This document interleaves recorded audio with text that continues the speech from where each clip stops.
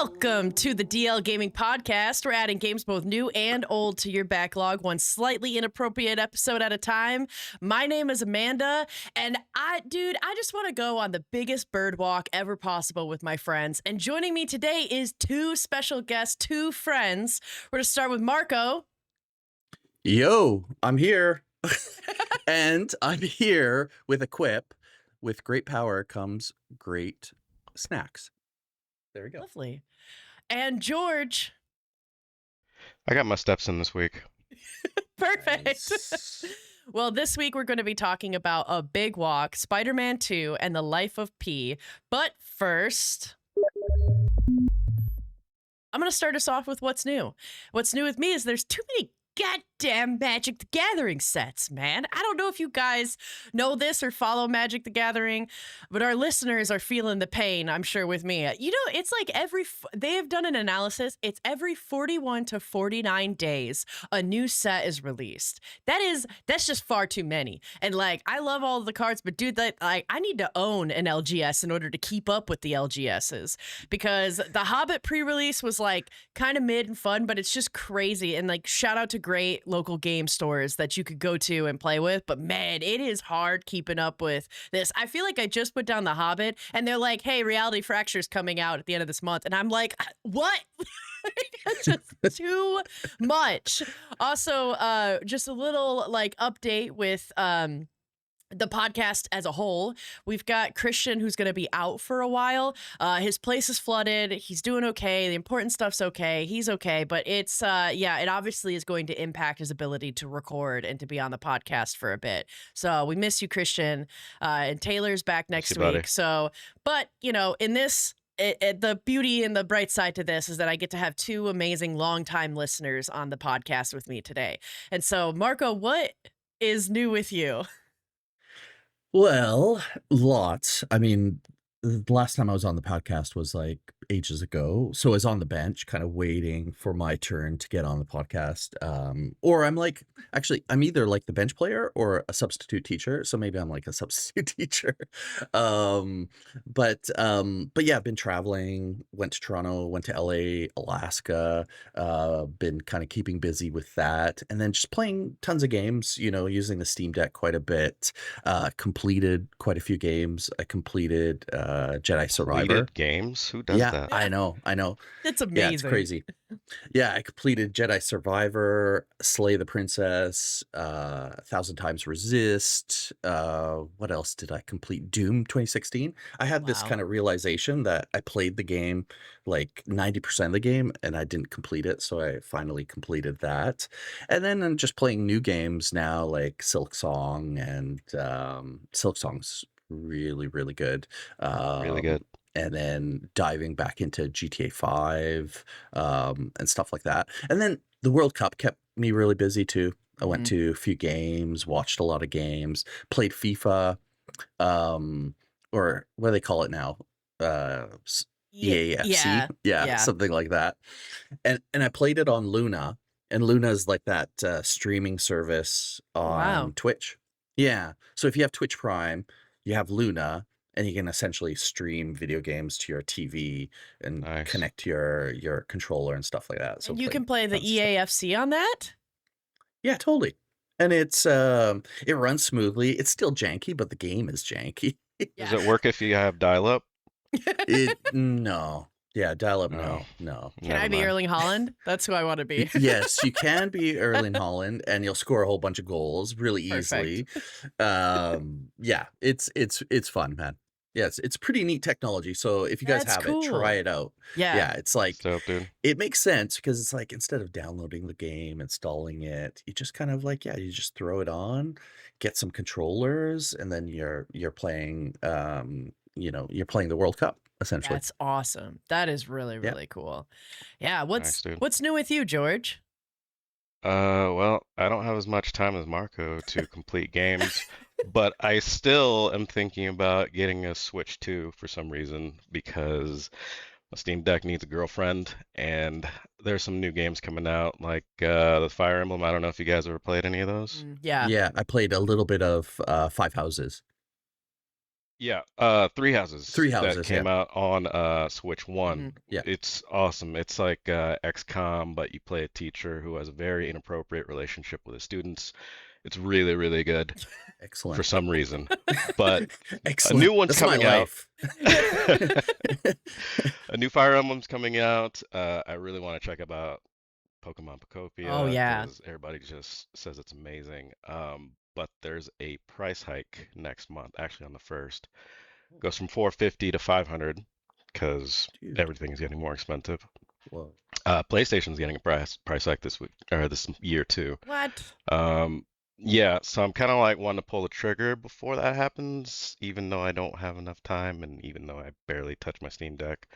Kind of having a little bit of FOMO on that. So I think that that's I don't fair. know. That's valid because I remember I mean, we could all attest to this. I think all three of us got our Steam Decks actually pretty early on in comparison and like missed that price hike. And it's like even I feel like it's so tough because even if it's one of those things like a Switch 2 and a Steam Deck where you're not really using it unless you're traveling or like in a specific thing, you know, like if I'm on a cruise, if I'm on vacation, like of course, but it's also like you're saving money if you buy it early enough instead of waiting to when you need it. Yeah, that's a tough spot to be. And I wish you wouldn't have told me about the price hike because now I feel like I'm about to be in that tough spot too. When Siosh wakes up, I might be like, should we get a Switch 2? You're gonna save $50. Yeah, that's a little bit of a better one than the Steam Deck because the Steam Deck jumped like what 200, I think. It was like 40%, something. Yeah, like that's something that's stupid. crazy. not good. Remember when technology got cheaper as it got older? Yeah, cheaper and smaller. Yeah. Not anymore. Yeah. Now instead of that's that, it. we'll just do the opposite. So,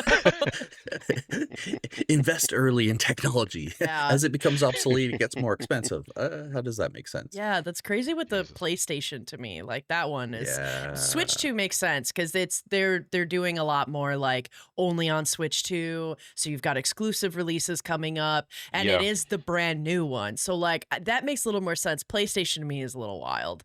Yeah, no disk drive, and it Yeah. costs more money. Yeah, PlayStation, Sony, like they're making some crazy decisions, like they're moving None of away. them consumer friendly. Yeah, moving away from PC releases, moving away from physical media.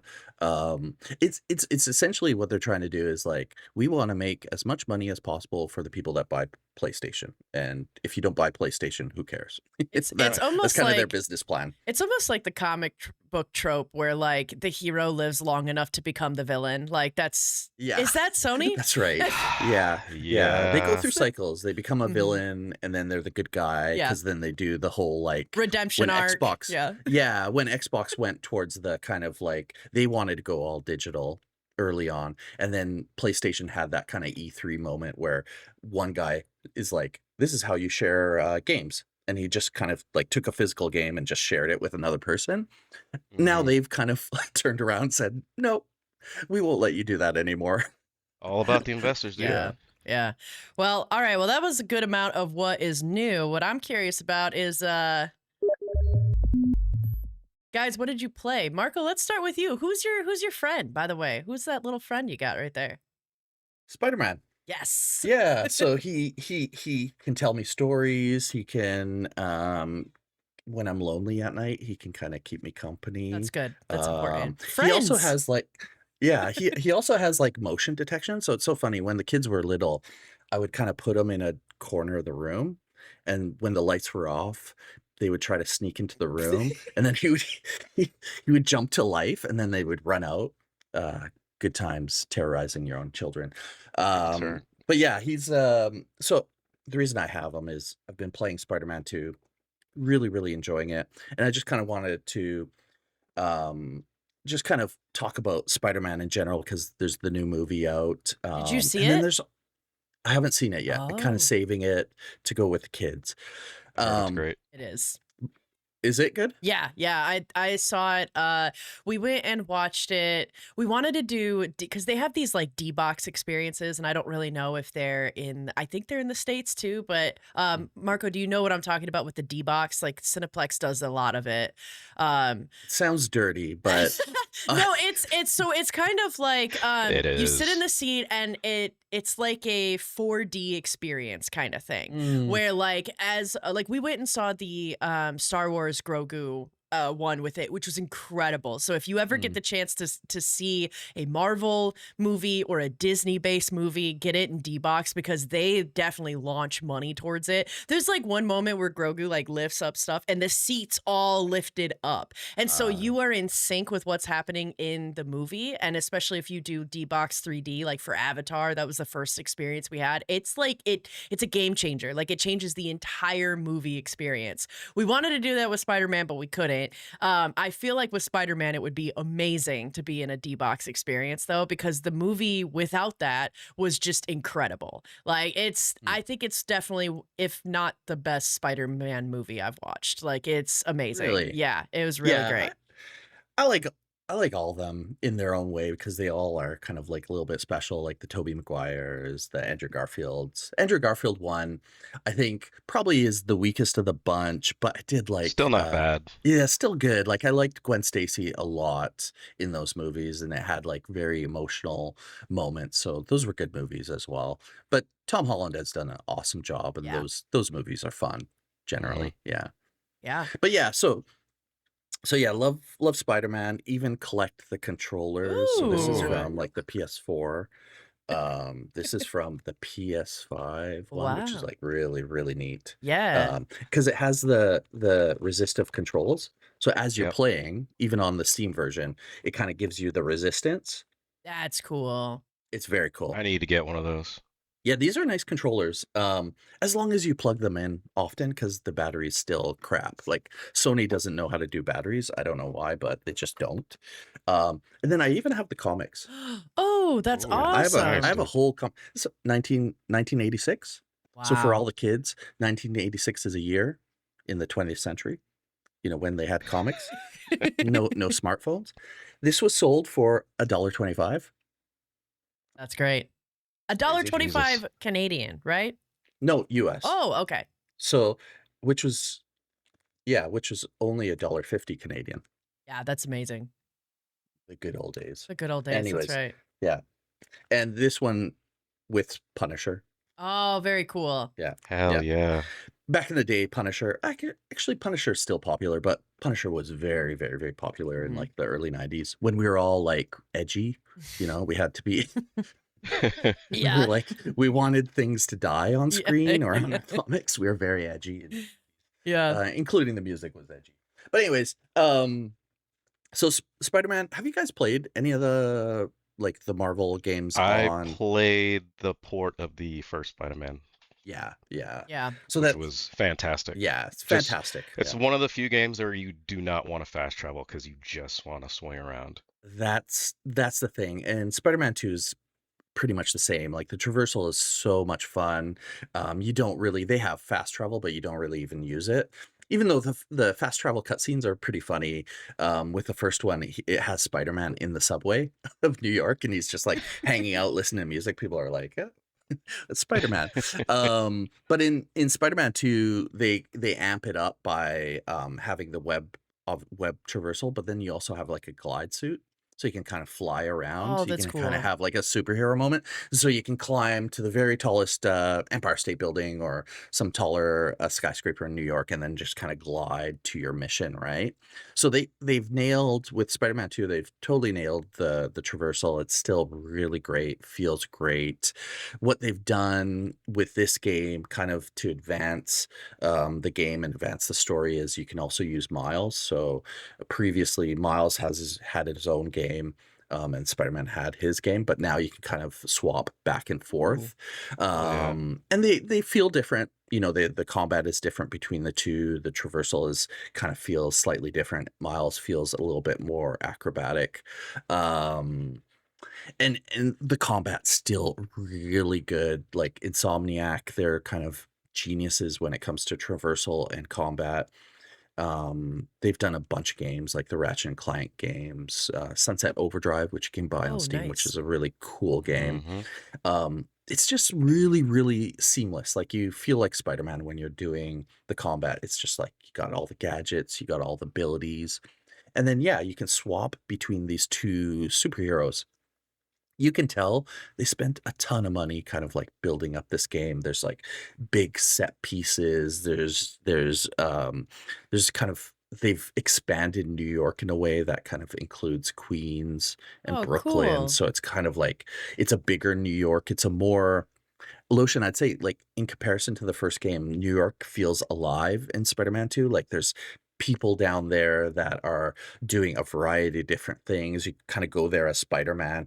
You can hang out with people. They say something to you. You press Y, and you'll do like an interaction with them. Hell yeah. And there's like little scenes that are always happening. Like, there's like accidents. Like, you can kind of like, oh, Oh, there Oh, you hey, go. Spider-Man. buddy. Yeah, he can. No, no, not now, not now. Go to sleep. Okay, there we go. Um, um, yeah, there's little scenes that will happen spontaneously, crimes that will happen spontaneously that as Spider-Man you got to go into and kind of settle with. So overall, it's a great Spider-Man game. Like it's amazing and it runs beautifully on like a proper rig. I'd stay on the Steam Deck. It runs, but to get the most out of it, you got to have a proper rig. Yep. Yeah, and yeah, it's just it's a great superhero game that I think if you're a fan of Spider-Man or if you're just a fan of action third-person action games, you'll He's awake. you'll love it too. He's so chatty right He's now. like, you're It's not just getting rid of me. yeah. Spider-Man. He Talking also about me right now. yeah, he I'm also awake. listens. Yeah, if you say Spider-Man a lot, like he'll just wake up. But anyways, um I'd say just to kind of touch upon the bad, because there is a lot of good, and it's definitely a game worth purchasing. But I think the cool thing about Spider-Man is there's always, as we were mentioning, like there's always different interpretations of Spider-Man. Like it's a pretty flexible character. You can kind of change the characters, the side characters. You can make changes to the villains, and most Spider-Man fans will accept that. But I think with Insomniac, I think with Insomniac, their choices with like Mary Jane are a little bit not my preference. Like, I don't think she is a great character in the games. I don't think her side missions are still not great. Like in the first game, that The was the quest in the first Spider-Man game was abysmal. The stealth yeah, mission you had to do with her. and they didn't really improve it that much in the second game. They still have those side quests with her and it's just weird. Like you can use her and take down enemies, like sneak up to them and take down enemies and it's kind of the same power as Spider-Man. Like it's just weird. So I don't think that's great. Harry Osborn kind of features quite a bit in this game, and I don't necessarily love where they take Harry Osborn. I don't want to spoil things, but I just don't love it. I don't love their interpretation of Harry Osborn. I kind of my idea of Harry Osborn is like always from the first Spider-Man movies, like the Tobey Maguire ones. What was the actor's name? But he did a really great Harry Osborn.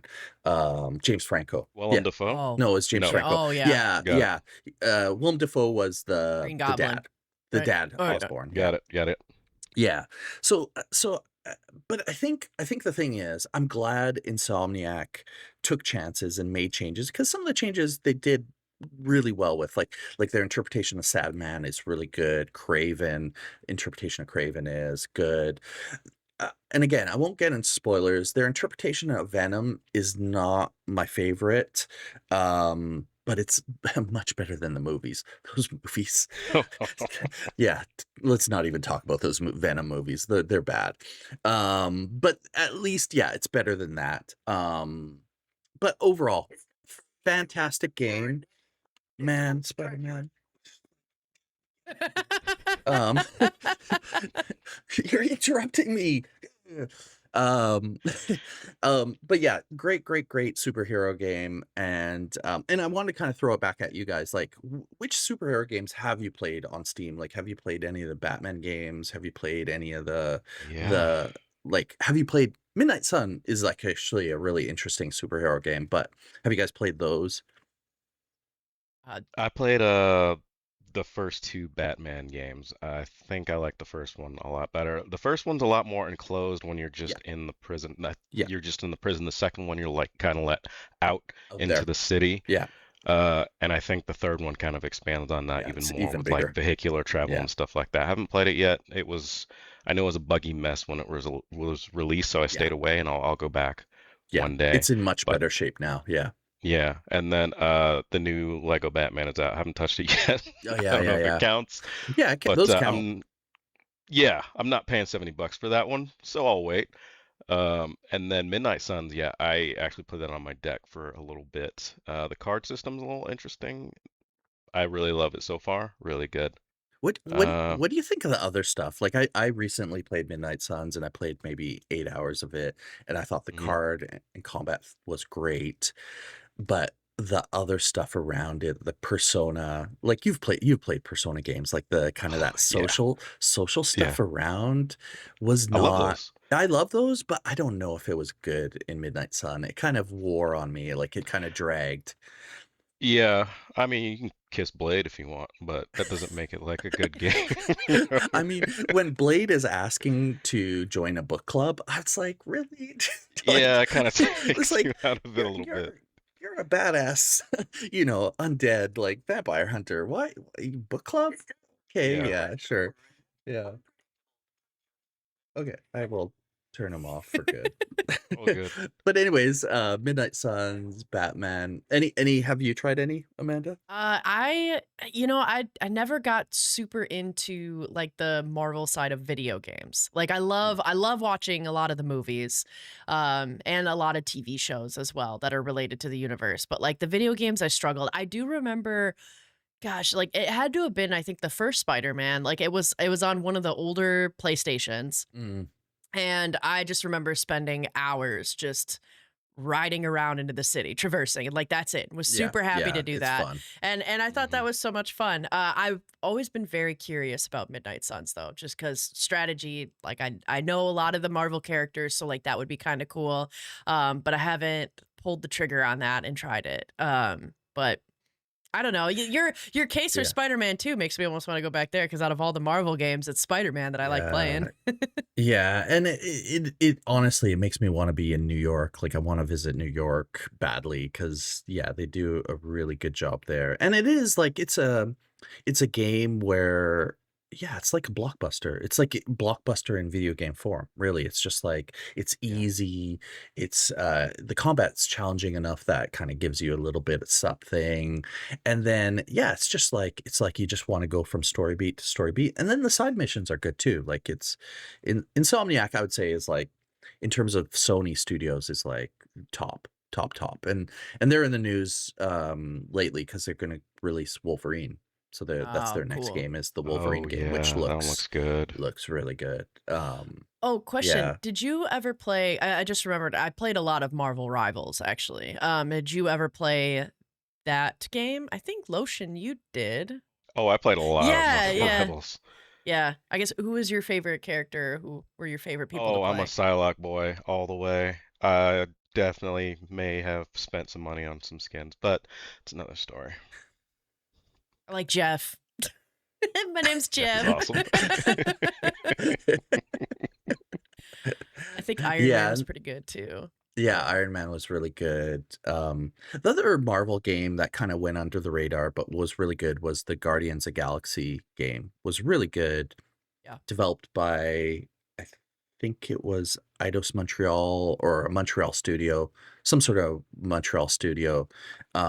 It was really good as well, like good story, decent combat.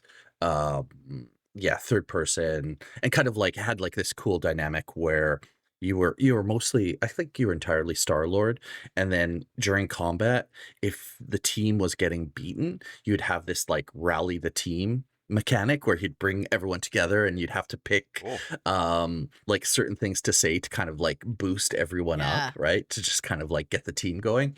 Yeah, that was a really good game. I remember that one was I so cool. remember watching you stream that, Amanda. I was just gonna say, I actually remember playing that with Emilio, and we talked a Oh lot. yeah, We talked a lot about how like it's really fun the like dialogue back and forth like that game. yeah, It was very fascinating how they did that, and they did such a good job about it that it was almost like yeah, the communicating between each other was like part of the mechanic or part of it. Because yeah, like you'd yeah. rally each other, and so it was super cool. Like that was a lot of fun. I forgot about that one. Yeah, very cool. So overall, you're thinking Spider-Man 2, everybody should play? Yeah, I think if you haven't played them, yeah, just start with the beginning, like get Spider-Man and then get Miles Morales and then work your way to Spider-Man 2. They all play really well. They all really hold up. They all look great on PC. Um, yeah, I would do that. Like enjoy them because I don't know if Sony's gonna release that many games Mm, on Steam. Like Yeah, they'll it probably makes take a me break very for a little sad. while. It's sad, but it my guess, if I were to predict the future, crystal ball, is that they'll probably go through a phase and then they'll re-release on Steam because they They'll realize get that their own Usher Sharma. yeah, because it's like they still made a lot of money releasing these games on Steam, so I don't know. yeah. Well, that's cool. I would love to check out Spider-Man 2. George, what game did you play? I have been playing Eliza P. I know it sounds weird and perverse, but these are like my second screen podcast games because I just really, really love grinding. Like even in an RPG, I'll just grind. But Liza P is probably the best Souls-like I've played since Elden Ring, and it's Wow. not even made by FromSoft. I know it's a lot to say, but this game improves on the Dark Souls formula because Dark Souls, you get a weapon, you upgrade your weapon, you get gear. But this, Lies P, you get a weapon, you get weapon customization, you get an accessory. You can customize the accessory. There's a skill tree, there's quality of life improvements. So you get a weapon and you get a medium, light, heavy build, typical stuff, right? Fat rolling, whatever you want to do. But then you also get a puppet arm. Sorry, I should probably tell you. This is you play a puppet. You pay you play specifically Pinocchio. It's a Oh. version of Pinocchio. So yeah, you one of the first missions is you go and find Geppetto, and he calls you son, and it's very sweet and endearing. But then you find out, you basically can level up. He gives you accessories. You have a manor. I'm a sucker for anything with base building, home building, anything Mhm. where like you go back to a hub and you upgrade it. So that's another thing you do not get in Dark Souls. And Dark Souls are just going around killing bosses, killing things. This, you actually have a place to go back. You go out into the world, you meet people, you complete side quests. Those people come back, upgrade your home, upgrade you. So my favorite accessory is this like a harpoon gun where you basically like shoot a harpoon into enemies, pull them towards you, wail on them. You can upgrade it even more than that so that you can harpoon to them and then wail on them. There's like 4 levels to each of these accessories. One of them's like basically a God of War Aegis shield, which expands out. One of them's a flamethrower. One of them's just a straight up sniper rifle, like, and that's just your accessories. This is not your weapon. This is not your main weapon. So your main weapon, you can have like a spear, a dagger, a two-hander, anything like that. So, and then on top of that, when you're out there in the world leveling up, it will tell you, hey, you have enough souls now to level up. I'm just going to call them souls because it's a souls like, come on. And then you have an SS slash or whatever. But it is just the quality things that you can do. They made it so much better, so many more options. You can never customize your weapons with Dark Souls, but in Liza P, you can have a dagger equipped with the handle of a spear or a heavy weapon with a lighter handle. So it changes your combinations of it. Basically, you can tailor it however you want to your playstyle. It's freaking amazing. And then I haven't finished yet. It's really, really good, but man, this is seriously like the best Souls like I've played in a very, very long time. Have any of you guys ever played one of these? I I've played a demo of Lies of P, and I really liked it. I was like, "This is really good," and it was kind of my style of a Souls-like 'cause it wasn't as harsh. Like, it was a little bit forgiving, like, there's a little bit of, like, leeway with the parry and the dodge.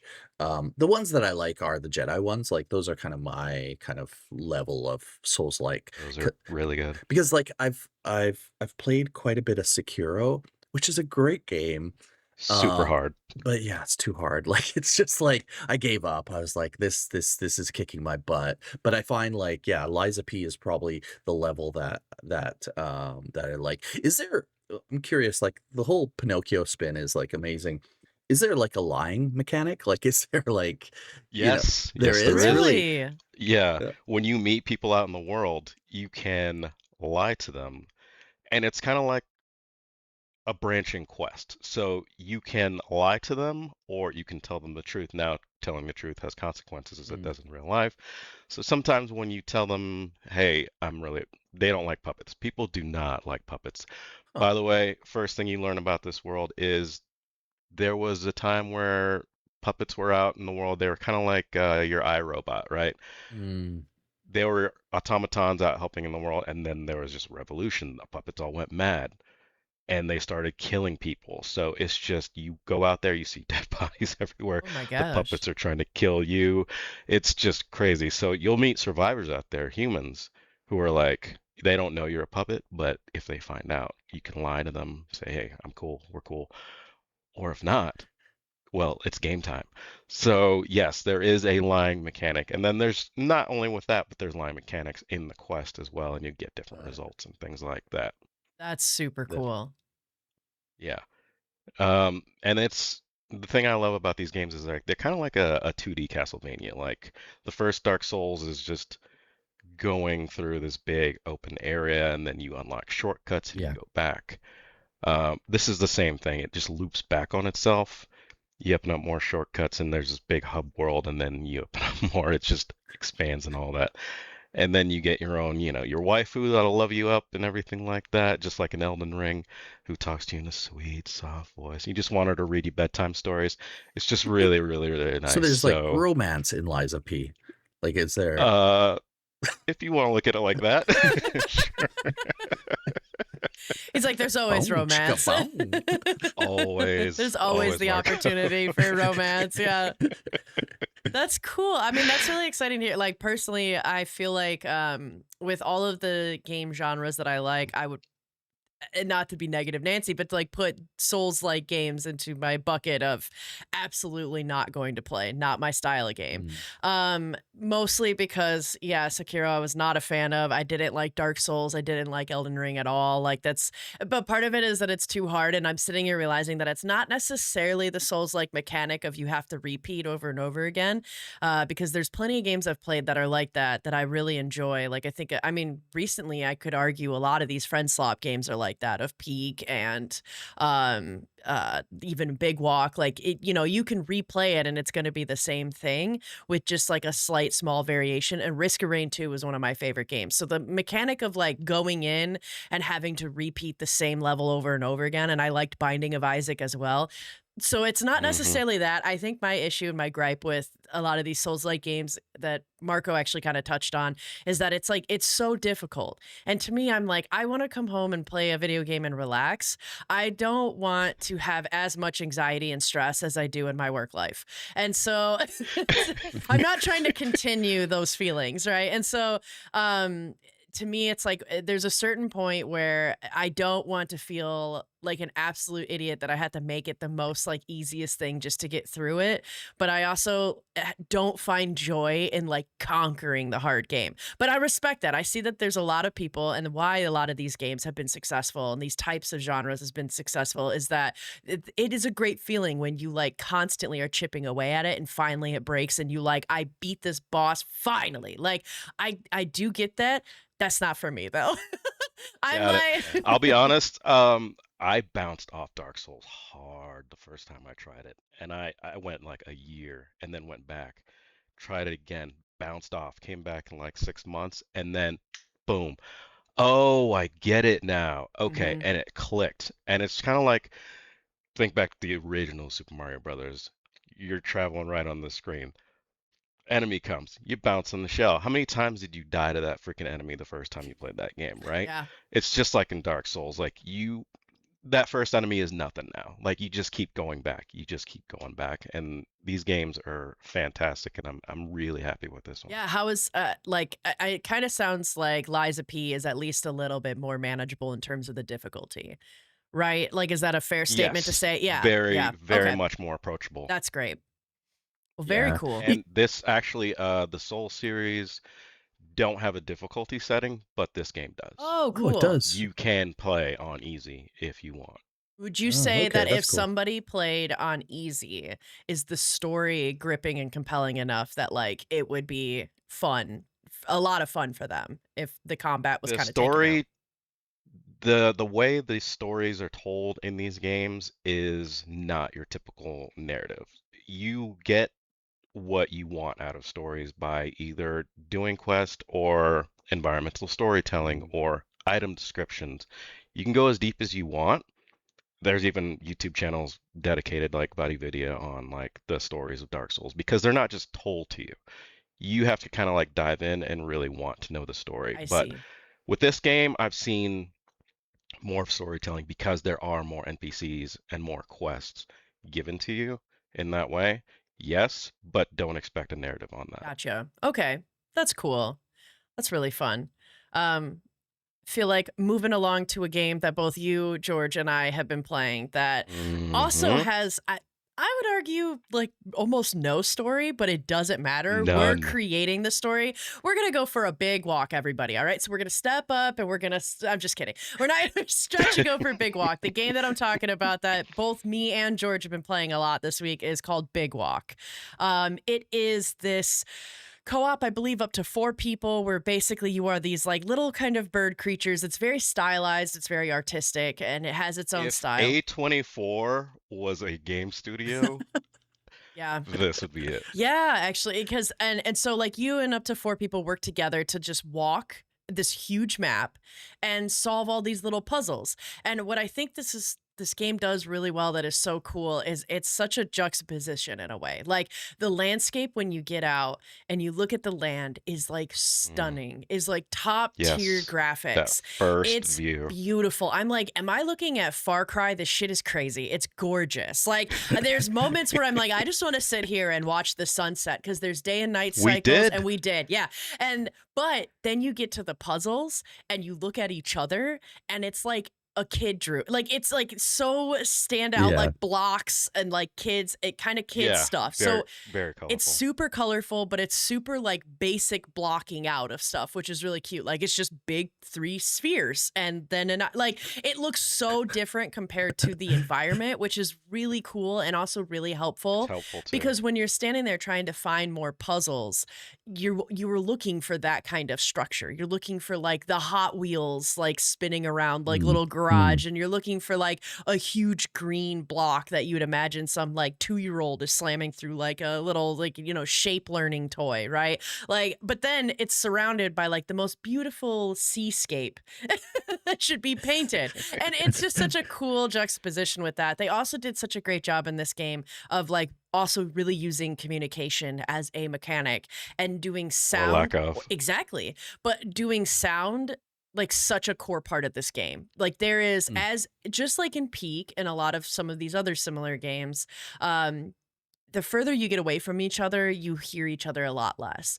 But they've really utilized when you are up on like a little mountain, you can hear an echo. There's like megaphones you can use, the radios that you can use to each other, and walkie-talkies. Walkie-talkies. And Yeah. also too, like there's an entire underground kind of quest of trying to achieve and unlock all the radio stations, and the music is so good.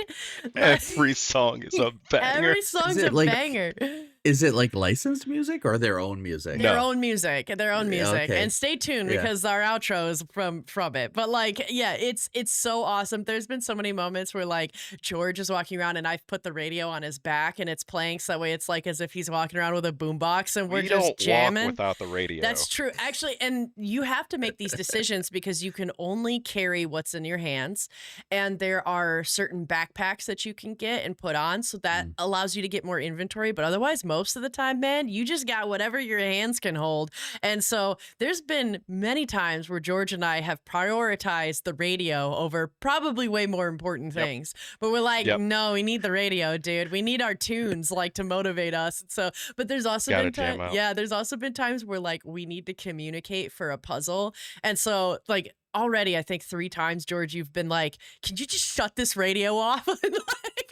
So I have to go in and turn it off. We need to concentrate because there's some cool puzzles where I really love the design that they've done with these. Like one of the ones that I'll spoil is like we walked in and when you hit a button, basically a wall forms and it's like this glass wall and George and I are looking at each other and he can see like what it needs to be submitted to turn into the puzzle because they have all these like square tiles with shapes on them and you have to put the tiles in a certain order and then hit a button to see if the puzzle accepts that and if you've accomplished the puzzle, but only one of us can see what that's going to be. And we can't talk. Once this wall formed, it cut off all communication. So she had to tell me what shape to use. Yeah, when we couldn't hear each other. Exactly. Yeah, but what I did is you can use emotes. Like, and so basically we determined before we went into this puzzle that if it was the correct emote, I was just going to do a bunch of this.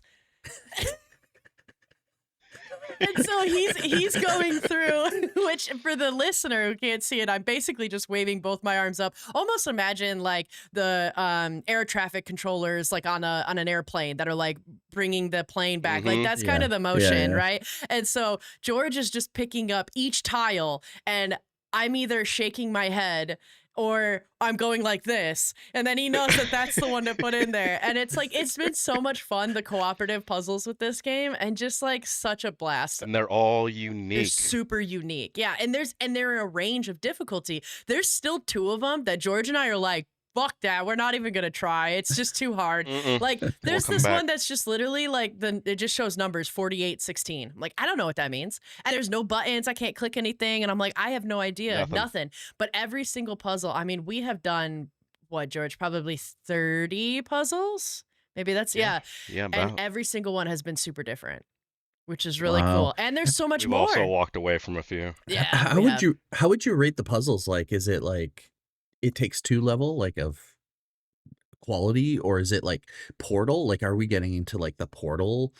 I guess maybe a little more similar to Portal versus It Takes Two. Because I feel like with It Takes Two, it's kind of like you're playing through each puzzle, right? So it might be like the puzzle with It Takes Two could be like you are climbing and working, like it's almost like you're moving up the level. In a way, I feel like It Takes Two is more similar in senses to Peak than a Big Walk, but I don't know. George, what's your thoughts with this? So what you need to know about Big Walk is it's a big open world. Even though you've solved a puzzle, you may double back and walk to the same puzzle that you've already solved. The reason that you're solving puzzles is to collect these gourds to take to basically that hub and unlock the next area.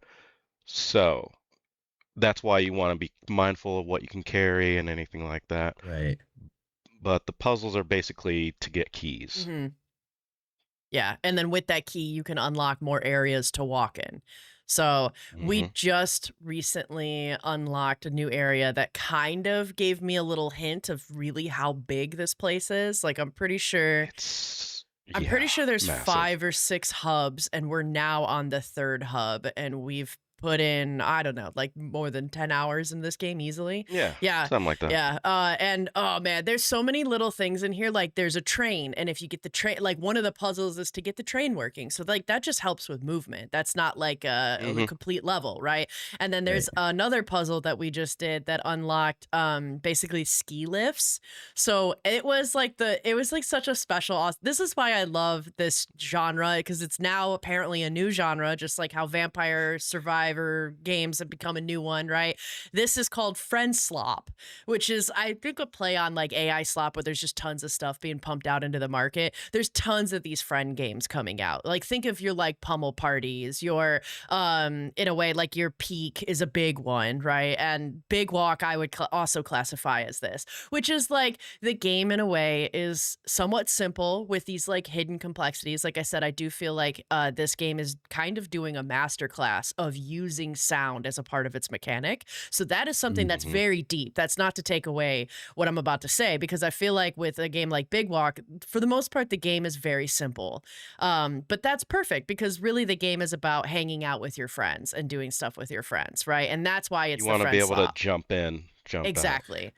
By the way, you cannot play this solo. No, you're gonna need friends to play this. Huh. Yeah. Huh.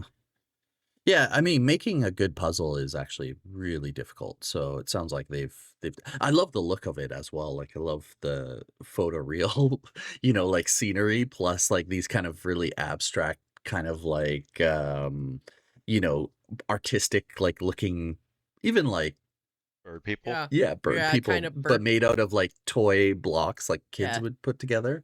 Yeah, it's a pretty cool. It's really, really cool. Yeah, and Yeah. it's super. I mean, I think it's super popular right now. I feel like it's absolutely worth it, especially if you want a kind of game where you're going to build like with a friend or a few friends, because it does. Again, Mhm. it takes time. Like in a way, we have to kind of commit some time to advancing to the next hub and advancing to the next Yeah. level, basically, so to say.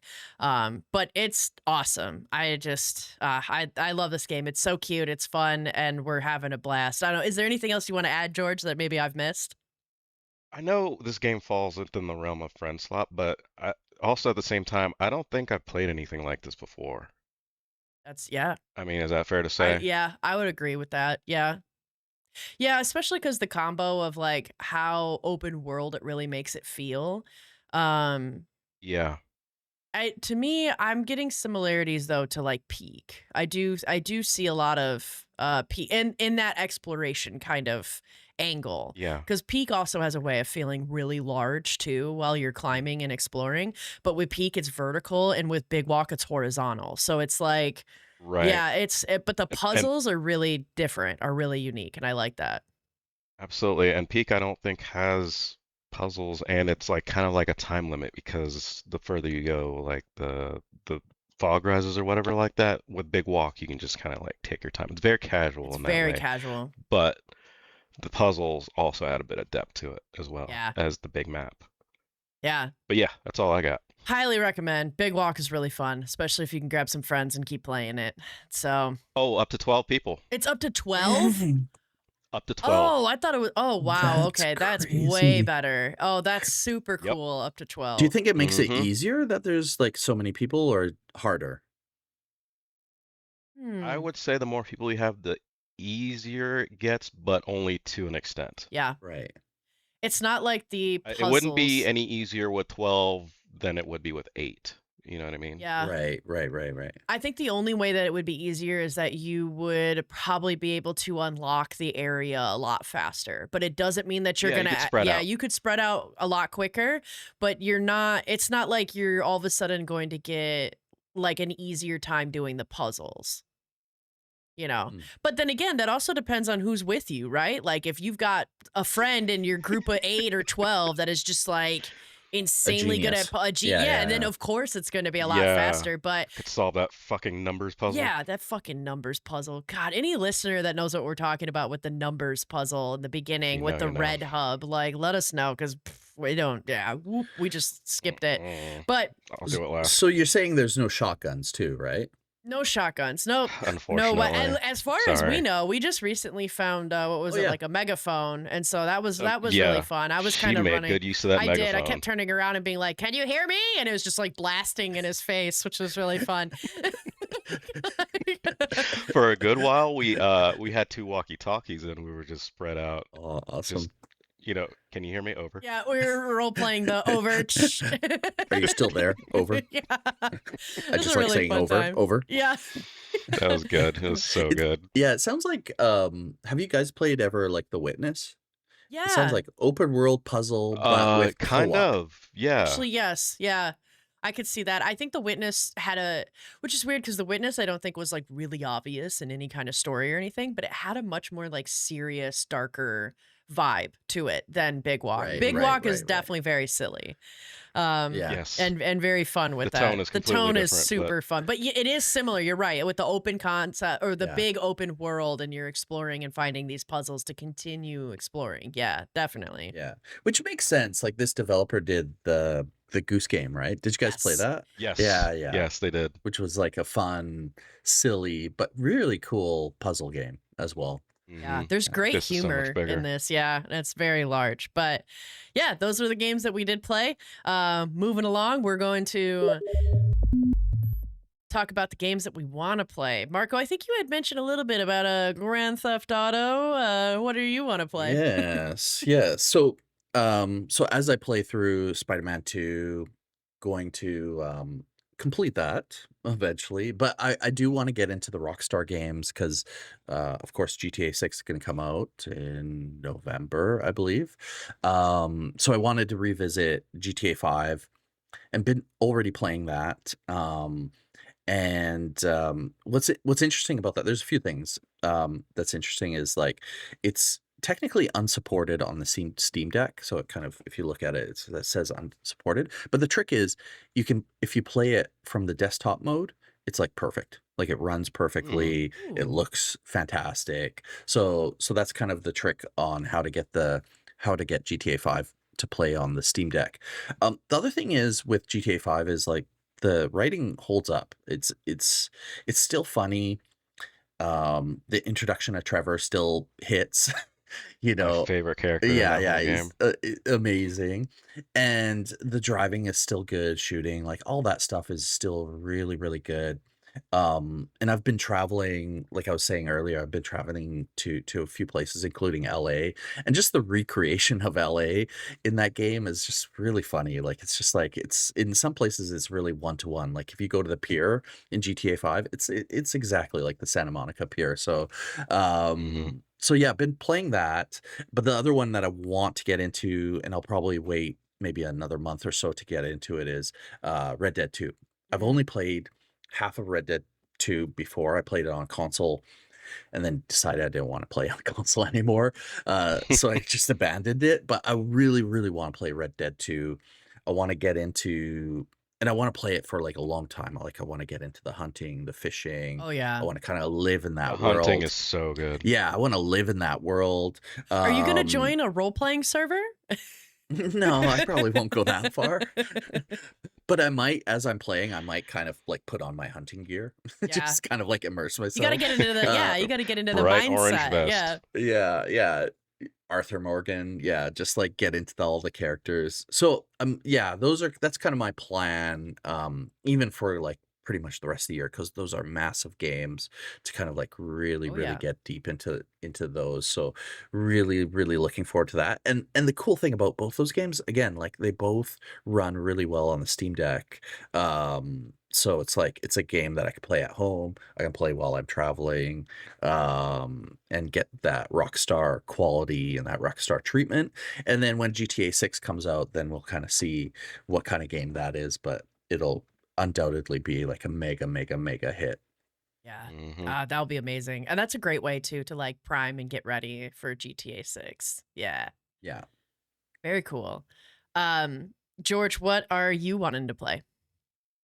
I really, really want to play the next Metal Gear Solid Volume 2 collection coming out, Ooh. which is really going to conflict with Star Wars Zero Company because they come out on the same day. No. So, yeah, kind of got to make a decision. But I'm most stoked to play Metal Gear 4 because I had it on my PS3. My PS3 got stolen, and I was never able to play it again. And that was back in 2008. Oh, so you So, never finished it? no, never Um, got to. And it was until it releases in a couple of weeks, it has only been on the PS3. Never been ported, Mm. not even a PS4, no. not the PS5, never. Also comes with Peace Walker, which Yes. was only on the PSP. Yep. So two games that have been lost to time are coming out in like a couple of That's weeks. pretty amazing. Super stoked. Yeah. love the Metal Gear series. Yeah. So fucking good. Yeah, that's a good shout out. Like I love the Metal Gear series as well. I probably Yeah. will save those for next year when I have more time, but I've never played through Peace Walker. So yeah, I definitely want to get that collection because I want to play Peace Walker. And then I've completed MGS4 once. I've sat through those classic cutscenes that are Like about an 20 hour. minute plus Well, cutscenes. there's one that's an hour. Yeah. Oh my Yeah. gosh. Oh, it's insane. Yeah, you just Okay. sit down and you're like, Grab okay, my popcorn. Yeah. exactly, exactly. But it's MGS4 is like it's epic. Like it just goes all around the world. It kind of, I mean, the thing for Metal Gear fans is MGS4 kind of like ties all the knots, kind of like puts all the things together that happen in 1, 2, 3, and then all the games. It's really good. It's not my favorite Metal Gear, but it's an important one to play if you're a Metal Gear fan. So So that's awesome. Right. You're going to get a chance to do that, Lotion. Oh, Yeah. I'm super excited. What's your favorite Metal Gear? I would say from a gameplay standpoint, it's 5. I love That is 5. awesome. Yeah, 5 I think even today plays so good. The criticism of 5 is valid. Like it's a little bit of an incomplete story because he didn't get to finish it. It didn't get Yeah, finished. yeah. Konami was like, you need to release, you're spending way too much money. And he's like, Yep. yeah, screw you guys, I'll release it and then leave, and then he left. Yep. So 5, I It was think, an ugly breakup. yeah, so 5 plays the best, and if someone hasn't played Metal Gear, I'd go to that one just to play it because it plays so good. But story-wise, I think I'd go 2. 2 is fascinating. 2 It was 2 good. blew my mind because the things he says in that game, like the themes in that game, are Yeah. literally things that are happening to us now. And Yeah. he said it at a time where people were kind of predicting these things, but he was saying it in a way where he was like, yeah, this is going to happen. This is going to happen with AI. This is going to happen with like Oh, Mhm. wow. with fake information. This is the deception that's going to happen to people. And this was during the PS2 era. Yeah, this was during the PS2 era. So Yep. that story just still blows my mind. And again, I won't spoil, but there's a moment in that game, and he has moments in games where you're like, what's going on? Like, what's happening? He's really good at that. Like, I mean, the Yeah. famous one for Metal Gear 1 is the whole like the fight with Psycho Mantis, where you're like, Oh what's yeah. going on here? What do I do? But in Metal Gear Solid 2, yeah, there's a moment where you're like, what? Why is it? Well, anyways, I won't spoil it, but there's a Yeah, moment where don't. you're It's a like, is really there good one. something wrong? Yeah. Anyways, So yeah.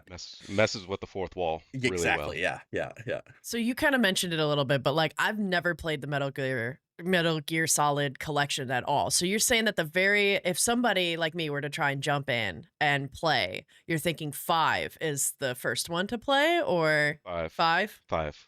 Yeah, but the interesting thing about 5 is chronologically, no, Peace Walker chronologically is the first. No, MGS3, sorry. MGS3 chronologically is the very first. So actually, you know what? I go back on what I said. If you haven't played Metal Gear, do the MGS3 remake. Actually, Okay. that's the right one yeah. to do. That one's MGS3 really good. remake. Okay. Because Chronologically, yeah. yeah, chronologically it's the first, and also it plays nice now because they kind of redid it. Ah, Yeah. okay. Very cool. hmm Well, nice. That's exciting. Yeah, hopefully it doesn't take away too much of your time from Star Wars Zero Company, George. Dude. We'll see. Very We'll excited. see. Yeah. My wallet already burns. Yeah, it burns so good. But so the game that I want to play, it's pretty funny that we're talking so much about Steam Deck this episode. And the game that I want to play, I really want to play it on my Steam Deck as well. And it's I'm probably gonna butcher this pronunciation, but I don't care. It's Necesse. Yeah, Necesse,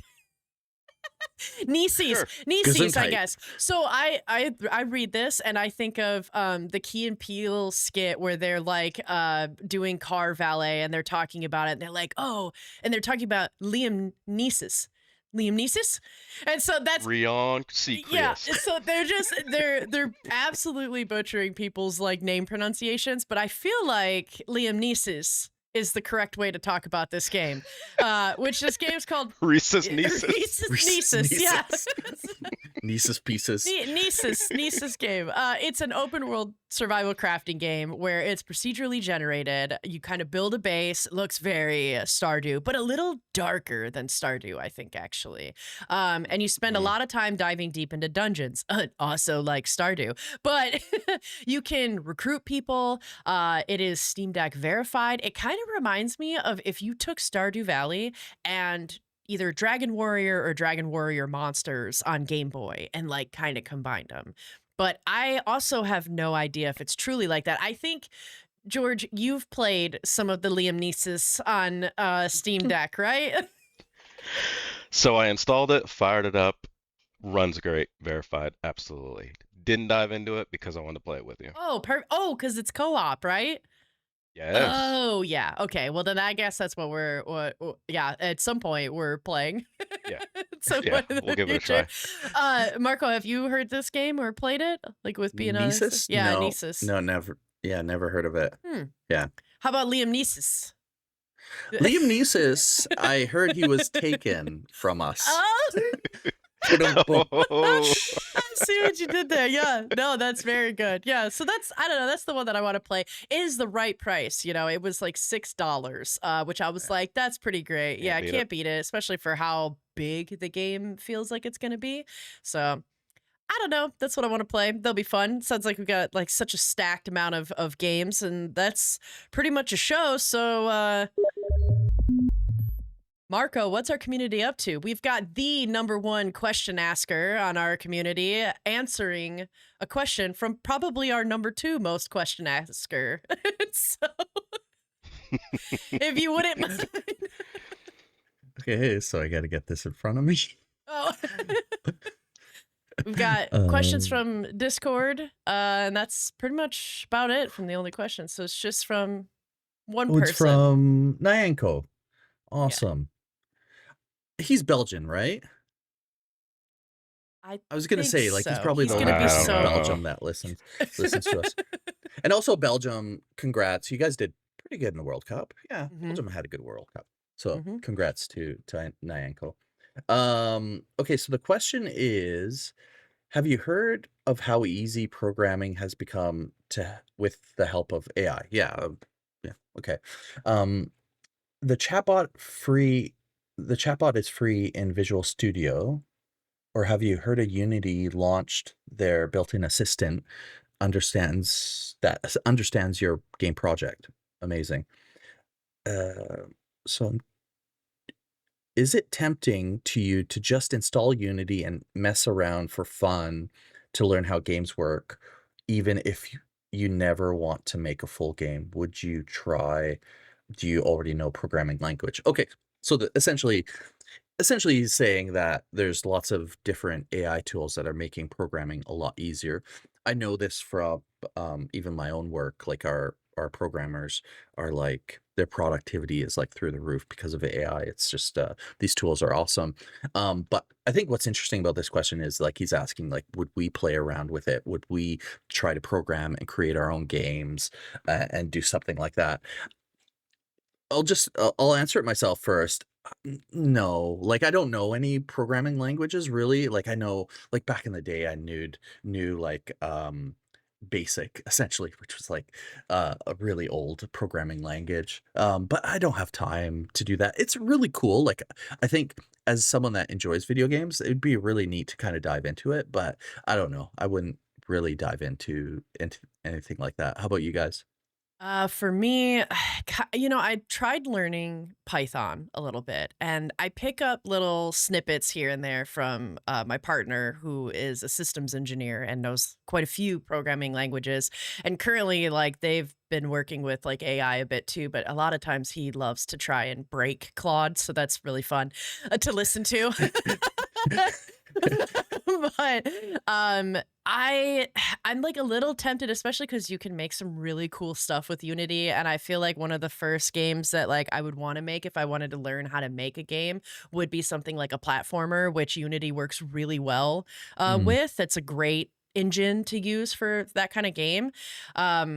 But if I'm being completely real with myself, no, I'm probably not going to sit down and do the time. It would be nice to be cool, but I feel like I'm going to end up being like, if I sit in the computer, I'm gonna play video games instead of making Yeah, them. I'm the But same. Hmm. Yeah. Yeah. yeah, what about you, Uh, George? Do you know what languages do you know? I know some Python, some Java. I'm old as shit, so even in the MySpace days, I was learning HTML. I know a little bit of PowerShell because I work in IT, so I Mm, kind of like dabbled with all these little things. But yeah, I'm gonna go with you guys. I would not want to use this to develop games or anything like that. Like I've even written like little tiny text-based games mm, like with if-then statements like, right. hey, if they type this Yeah. in, come out with this response, like little text-based games, Dropping some like from old day. functions. Yeah. Exactly. You got it. See, you learned something. But yeah, overall, nah, wouldn't go with it. Yeah. Takes the fun out of it. I mean, what's interesting is like if you guys had more spare time, what would you do? Like I know for me, if I had more spare time, I would like probably work on languages, get better at certain languages, and play guitar. Like I hardly touch my guitar because of how busy I am. So I'd love to kind of do that more. What would you guys do like with if you had like suddenly more time with yourself? Art. I would probably paint a lot more. I'm getting back into painting a lot more. But recently I just kind of took a bunch of magic cards that I didn't like the art, and I've been painting my own art Mm, on them because it's cool. really easy to do it while sitting here and playing RuneScape. Because painting will RuneScape. I can play RuneScape and paint at the same know that's such a great flex, but I would definitely spend more time kind of working on like the creative parts of me for Yeah. sure. And probably Nice. game a lot more. I'd probably try and actually make my huge backlog a lot smaller like you have, Marco. So Yeah, yeah. Hell Or yeah. exercise, actually, play sports. I'd probably do that, try to do that a little bit more as well. I'd go Like camping and pickleball, hiking a Hell yeah. pickleball. lot more. Ooh, pickleball, Ooh. yeah. I'd Yeah. I'd, Look I'd look play at this pickle forehand. I'd play pickleball with you, dude. We should get each other's Yeah. like swap Yeah, each yeah, yeah, other's yeah. schedules. I'd play Let's do some pickleball with you. pickleball. Yeah, Yeah. George, what about you? What would you do if you had more time? Like you, Marco, I would probably get back in playing guitar. yeah. More so bass. I have a cultural advantage when it comes to playing bass. But during COVID, I taught myself guitar and then transitioned over into bass because there's always Slap the two bass? guitarists and never a bass slapping Yeah, a there's bass. never a So, bassist, yeah. but yeah, and then I've been doing more tarot lately and learning that, and I've really, really been getting into fitness a lot more. So I would play less video games and go outside a little bit more. Nice. I feel like that question for Nyanko like backfired. He's like, how could you get more video games? And we're like, if we had more time, less video games. No, But that's kind of but I think it's cool, like, he brought up the whole integration of AI into yeah. these jobs, like, it is making people way more productive. Well, It's I think the other interesting question is, like, is it gonna make games better?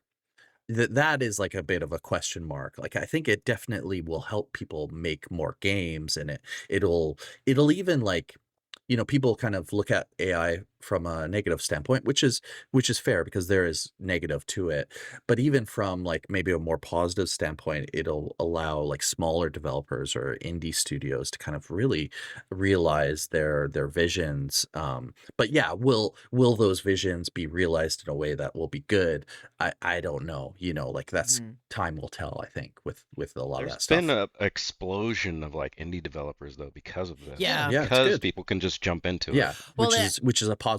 I Yeah. think it's in a Yeah. way it's going to be, I mean, on one hand, for the game designers that have been around for a very long time, this is probably not a good thing. But for a lot of Yeah. people who have Hmm. always had a vision and a design that they want to do for a game, and their kind of fall shortings is that they either don't know any programmers or they don't know how to program themselves, this could really answer that and really help out with that. Absolutely. Yeah. So I think it's cool. It's interesting. I don't know if I would make one though. I got a few game ideas in my head, but I don't know if AI will help me with it. Maybe. Who knows? We'll see. So, Moving along, what we're going to be plugging this episode is we're plugging Emilio's TCG store. I talked a lot about Magic the Gathering. If you're having a hard time keeping up, but you want to get games and support somebody who is one of our founding fathers of this show, then that's Emilio. You can check him out on Local Game Store. I'm going to put his link to his online store in the show notes description if you want to check it out. Although I had to make this little point. What a loser he doesn't send to Canada.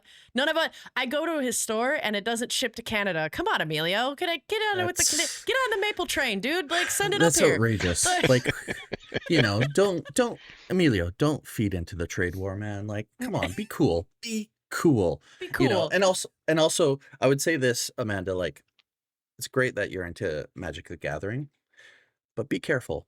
It already took away a podcaster. It's true. It's true. Yeah. Oof. Here's the R.I.P. thing, though, Emilio.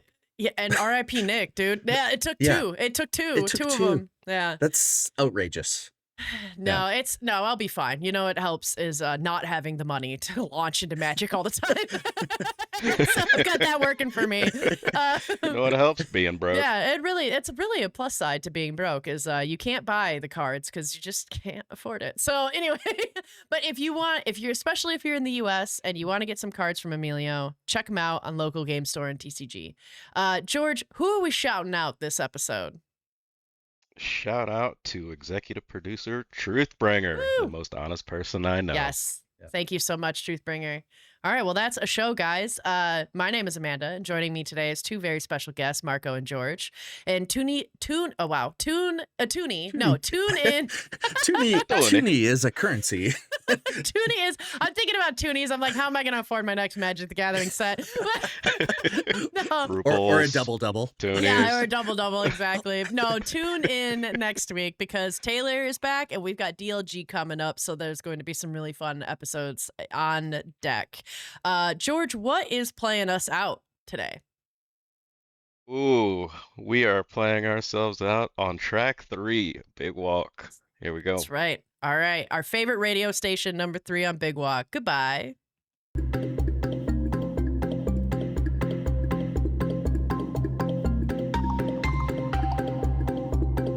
This is our jam.